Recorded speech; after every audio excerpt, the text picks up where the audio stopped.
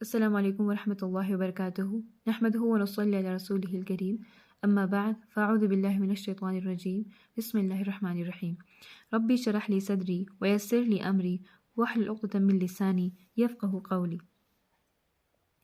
اچھا جی، کل ہم نے سورۃ بقرہ کی پہلی 3 آیتوں کا ترجمہ پڑھا تھا، آج ہم اس کے آگے سے پڑھیں گے۔ بسم اللہ الرحمن الرحیم۔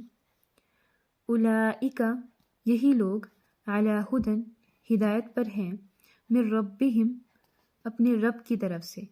کون لوگ ہدایت پر ہیں؟ وہ لوگ جن کے بارے میں ہم نے کل پڑھا تھا کہ جو غیب کی باتوں پر ایمان رکھتے ہیں، جو نماز کو صرف پڑھتے نہیں، نماز کو قائم کرتے ہیں، اور جو ان میں سے جو اللہ تعالیٰ نے ان کو دیا ان میں خرچ کرتے ہیں، اور جو کچھ آپ صلی اللہ علیہ وسلم پر اتارا گیا اس کو مانتے ہیں، اور آپ صلی اللہ علیہ وسلم سے پہلے جو نازل کیا گیا اس کو بھی مانتے ہیں اور آخرت پر یقین رکھتے ہیں، وہ لوگ ہیں ہدایت پر، انہوں نے ہدایت لے لی ہے۔ وَأُولَئِکَ، اور یہی ہیں، ہم المفلحون، کامیابی پانے والے، یہی ہے جنہوں نے مکمل کامیابی حاصل کر لی ہے۔ مکمل کامیابی پانے کا مطلب کیا ہے؟ جن کو بس اور کچھ نہیں چاہیے، مل گیا جو وہ چاہتے تھے۔ اب دنیا میں ہم جسے کامیابی کہتے ہیں وہ نہیں ہے مکمل کامیابی، کیونکہ دنیا میں ایک چیز کے ملنے پر دوسری چیز کے خواہش مند ہوتے ہیں، دوسری کے ملنے پر تیسری کے خواہش مند ہوتے ہیں۔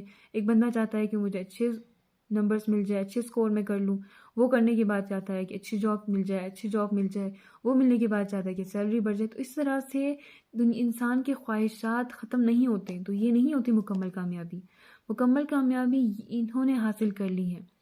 دنیا میں تو ان کی زندگی بہت ہی خوشحالی اور کامرانی والی ہوتی ہی ہے، لیکن ان کو آخرت میں بھی کامیابی مل چکی ہوتی ہے۔ آخرت میں بھی اللہ کی مغفرت، اللہ کی رحمت اور اللہ تعالیٰ کی رضا حاصل کر لیتے ہیں۔ ان الذین، بے شک جو لوگ، کفروا، کافر ہوئے یعنی کہ جنہوں نے کفر کیا، جنہوں نے انکار کیا۔ کس چیز سے انکار کیا؟ ان سب چیزوں سے انکار کیا جن پر یہ لوگ ایمان لے آئے، جن پر ایمان لا کے یہ لوگ کامیاب ہوئے، ان سب چیزوں سے انکار کر کے یہ لوگ کیا ہوئے؟ عذاب کے، سخت عذاب کے مستحق ہو گئے۔ ان الذین، بے شک وہ لوگ، کفروا، جو کافر ہوئے، سواء، برابر ہے، علیہم، ان کے لیے، اانذرتہم، کہ آپ انہیں ڈرائے، ام لم تنذرہم، یا نہ ڈرائے، لا یؤمنون، وہ ایمان نہیں لائیں گے۔ اب جیسے کہ آپ صلی اللہ علیہ وسلم نے جب دین کی تبلیغ کرنا شروع کیا تو سب نے انکار کر دیا۔ کیا وہ نہیں جانتے تھے کہ آپ صلی اللہ علیہ وسلم سچ کہہ رہے ہیں؟ انہوں نے تو خود ہی آپ صلی اللہ علیہ وسلم کو صادق اور امین کا لقب دیا تھا۔ وہ جانتے تھے کہ آپ صلی اللہ علیہ وسلم بالکل ٹھیک کہہ رہے، لیکن وہ مانتے نہیں تھے، کیونکہ انہیں تھا کہ اگر ہم نے مان لیا تو ساری عزت آپ صلی اللہ علیہ وسلم کے خاندان میں چلی جائے گی۔ اسی طرح سے یہودی بھی آپ کا انکار کرتے تھے، حالانکہ وہ بھی جانتے تھے۔ اللہ تعالیٰ فرماتے ہیں کہ یہ آپ صلی اللہ علیہ وسلم کو اس طرح جانتے تھے جس طرح یہ اپنے بیٹوں کو، یعنی کہ اتنی اچھی طرح سے جانتے تھے کہ یہی پیغمبر ہے آخری، لیکن پھر بھی نہیں مانتے تھے۔ کیوں؟ کیونکہ وہ چاہتے تھے کہ بنی اسرائیل میں سے آخری پیغمبر مبعوث ہوتے۔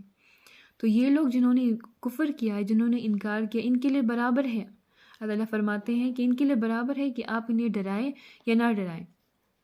یہاں پر ڈرانے کا مطلب تھریٹ کرنا نہیں تھا، یہاں پر ڈرانے کا مطلب وارن کرنا ہے، کیونکہ وارن کرنا محبت کا ہی تقاضا ہوتا ہے۔ انسان جب کسی سے محبت کرتا ہے تو پھر اسے وارن کرتا ہے۔ جیسے کہ دنیا میں ایک ماں جب اپنے بچے سے محبت کرتی ہے تو اسے کہتی ہے کہ زیادہ میٹھا مت کھانا، دانت خراب ہو جائیں گے، اسے وارن کرتی ہے کیونکہ اس سے محبت کرتی ہے۔ اسی طرح سے آپ صلی اللہ علیہ وسلم بھی بڑے خواہش مند تھے کہ سب مسلمان ہو جائیں، اور اس کے لیے انہوں نے بڑی کوششیں بھی کی، لیکن کچھ لوگ جو تھے ان کے نصیب میں نہیں تھا ایمان، جیسے کہ ابو جہل۔ تو اللہ تعالیٰ فرماتے ہیں کہ یہ لوگ جو کافر ہوئے ان کے لیے برابر ہے کہ آپ انہیں ڈرائیں، آپ انہیں عذاب سے ڈرائیں یا نہ ڈرائیں، یہ ایمان نہیں لائیں گے۔ ختم اللہ، مہر لگا دی ہے اللہ نے، علی قلوبہم، ان کی دلوں پر۔ ان کے دل پر کسی بھی چیز کا اثر نہیں ہوتا کیونکہ مہر لگ چکی ہے ان کے دلوں پر۔ اب ایسا نہیں ہے کہ ان کے دلوں پر مہر لگ گئی اس لیے یہ لوگ انکار کرتے ہیں، بلکہ بار بار انکار کرنے کی وجہ سے ان کے دلوں پر مہر لگ گئی ہے۔ جب انسان ایک گناہ کرتا ہے تو اس کے دل پر ایک ڈاٹ پڑ جاتا ہے، ایک سیاہ ڈاٹ ہو جاتا ہے۔ جب انسان اس گناہ سے توبہ کر لیتا ہے اور باز آ جاتا ہے تو وہ ڈاٹ ختم ہو جاتا ہے اور اس کا دل پہلے سے صاف شفاف ہو جاتا ہے۔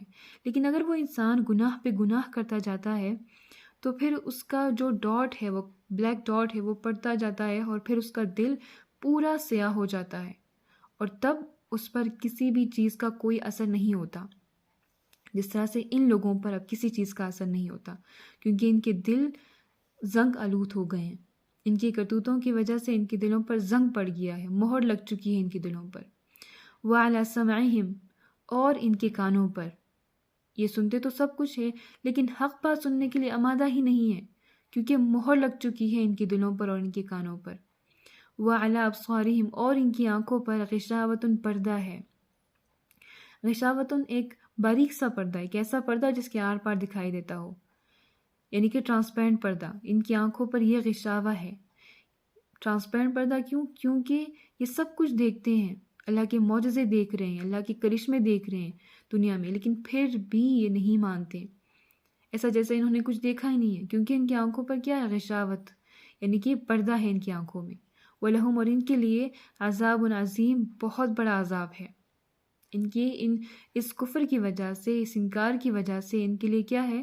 بہت بڑا عذاب ہے۔ وہ عذاب جس سے آپ صلی اللہ علیہ وسلم ان کو ڈرانے کی کوشش کر رہے ہیں، ان کو وارن کرنے کی کوشش کر رہے ہیں کہ مان لو میری بات ورنہ اس عذاب کے مستحق ہو جاؤ گے، لیکن انہوں نے نہیں مانی بات، تو پھر یہ کیا ہوا؟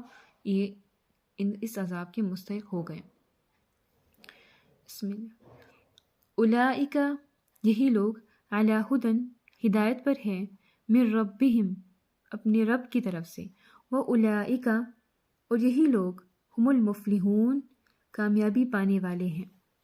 ان الذین، بے شک جو لوگ، کفروا، کافر ہوئے، سواء، برابر ہے، علیہم، ان کے لیے، انذرتہم، کہ تو ڈرائے انہیں، ام لم تنذرہم، یا نہ ڈرائے، لا یؤمنون، وہ ایمان نہیں لائیں گے۔